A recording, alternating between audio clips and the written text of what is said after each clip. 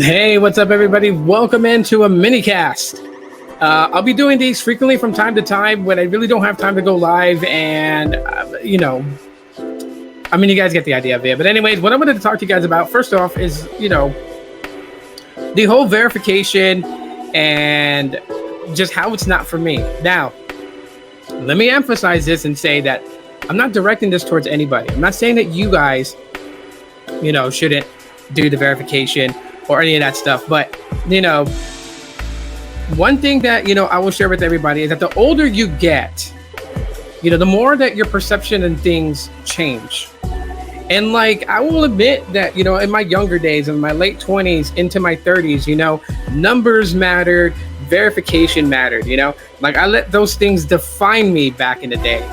But, unless it serves a purpose, unless it serves an absolute purpose to have, there's really no reasoning for me to even want to kind of go that route. And, with that being said, I posted on Twitter, I posted on Threads that, I'm giving up the verifications. I already done so on X, formerly known as Twitter. The Blue subscription program, I'm no longer part of that. Some of you guys who follow my Twitter account probably see that. And, I posted on Threads and I had said that the same thing is going to happen with Meta Verified. With Meta Verified, I am going to be rid of the verification check mark and all that other stuff because the perks that comes with the subscription for verification on these platforms aren't really working for me. They may work for other people, but they're not working for me. And these days, having a high amount of subscribers and a high amount of followers is not really what I'm looking for. Other people may use that as a way to kind of push themselves up because they're trying to do this for a living. Like this, what I'm doing right now, the content creating and that stuff, they may be doing that for a living, and they may be reaching out to try and at some point, kind of get there so that way that this becomes a sustainable income source for them. But I'm not in that category. I have a day job that I enjoy and love doing, and that's where my income is coming from. So all these things that I'm doing on YouTube and Instagram and all that stuff is for fun. It is absolutely for fun, and nothing more than just fun. That's really all that it is. So I mean, yeah. Besides, all that is my decisioning to just want to just stop the subscription payments, save some money in my pocket and not pay for something that's not really doing what I said it's going to do, right? I'm sure it's put some of my stuff in a much broader audience, but to me, the engagement is a more important thing. Having people just have a conversation back and forth with, those things is what matters. Those things is what matters most. And, I feel like that's the most important thing. So, that's what I'm more focused on. It's absolutely what I'm more focused on. Also, let me know if you guys are enjoying these mini casts. Again, please comment below if you guys enjoy it. Smash the like button. It does help out. It really, really does help out. Because that's the more important thing, when it comes to that, is just that, Anyways, just kind of moving forward away from the whole verification process and all that type of stuff. Also, before I get into the next subject too, doing this on StreamYard. Y'all enjoying it? And I had to do it on StreamYard because StreamYard is the one that allows me to record video, so that's good. That's great.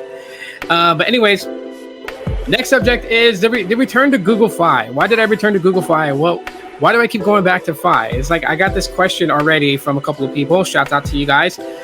You're like, hey, you kind of walk away from Google Fi. You're gone from them for several months, and then you go back to them. Why do you keep going back to them? And in this situation, like I explained in the video yesterday, there are some things with the old provider that just didn't work out. Things that I felt that they could do better, and that I know that they're not going to be able to rectify anytime soon. And so for right now, being it that I want my kids to be able to have service. They're going back to school really in a week and maybe a week and a half. They're going back to school, and I need them to have reliable service. Now, Google Fi runs on T-Mobile's network. I get that, and it's T-Mobile's been reliable in places that I've gone. You always want to have reliable services in places that you frequently visit. And so that's one of the major reasonings why I went back to Google Fi. Second reasoning is, they put Google Pixels first.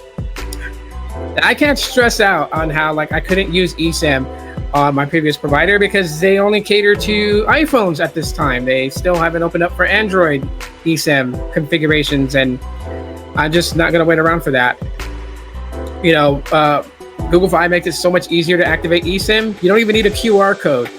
If you have active service, you download the app, you open the app, and it lets you know if you want to activate eSIM. You hit yes to that, move your number over to your new device, and it downloads your eSIM profile, and you're done. Simple, easy peasy, easy as pie, I say.